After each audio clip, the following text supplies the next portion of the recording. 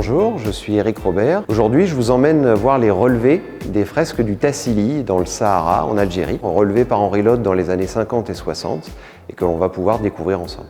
Alors nous sommes au deuxième étage du Musée de l'Homme, tout au fond de cet étage, devant une paroi qui accueille les relevés d'Henri Lott. Des relevés de peinture essentiellement, mais aussi de gravures qui ont été faits dans la région du Tassili, en Algérie, dans les années 50 et 60, et donc qui ont reproduit une grande partie des centaines, voire des milliers de peintures et de gravures qui ont été réalisées sur les parois de ces sites. Alors on peut les situer, pas forcément de façon extrêmement précise, mais on est il y a à peu près quelques millénaires avant notre ère, dans des contextes qui sont postérieurs aux dernières phases glaciaires.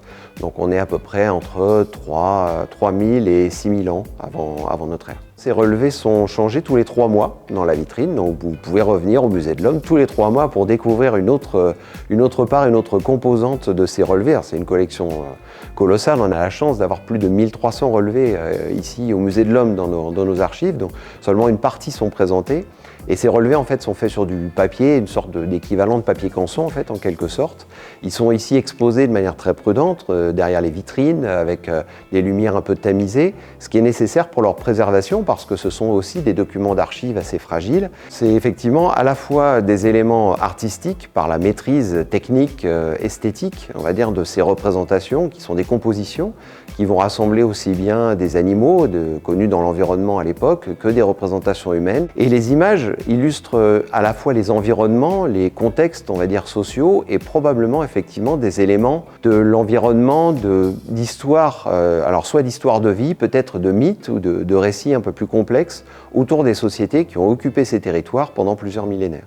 Alors, les traduire littéralement, ça nous est totalement impossible. En revanche, effectivement, elles traduisent des éléments qui nous sont précieux.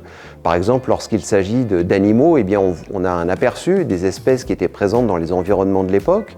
On a aussi un aperçu des activités, notamment des activités pastorales, puisque une grande partie de ces représentations, notamment pour celles qui concernent des bovins, illustrent l'exploitation de ces animaux par les populations et aussi nous montrent quelque part la nature de ces environnements dans ces contextes du Sahara, bien différents de ceux que l'on peut connaître aujourd'hui, une époque où le Sahara était plus verdoyant et permettait donc notamment l'élevage de ces animaux avec un environnement qui le permettait. Il s'agit de personnes, femmes ou hommes, qui ont une grande maîtrise. Et donc celles ou ceux qui ont été à l'origine de ces peintures ont à la fois la maîtrise graphique et esthétique dans le geste, avec la projection de la peinture, avec probablement les outils, les pinceaux qui ont totalement disparu, que l'on n'a pas, et donc la maîtrise des codes graphiques de chacune des phases qui se sont succédées, parce que tout n'est pas homogène ou uniforme dans les peintures que l'on connaît.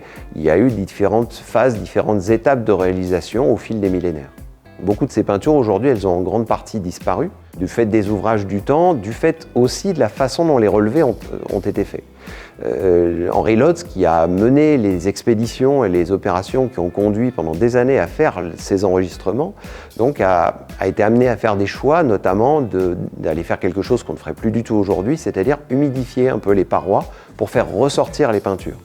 Et effectivement, ça permet de les voir de façon beaucoup plus nette et donc de les copier, mais en même temps, ça a conduit à une partie de leur disparition, de leur effacement, de leur altération. Et aujourd'hui, retrouver ces peintures, c'est très difficile. Il y a des techniques d'imagerie qui, heureusement, permettent encore d'aller déceler presque quasiment l'invisible, mais ces documents, tous ces relevés qui ont été accumulés dans les collections du muséum ici au Musée de l'Homme, constitue une documentation plus que précieuse, essentielle pour les scientifiques, pour comprendre justement tout ce qui a été représenté.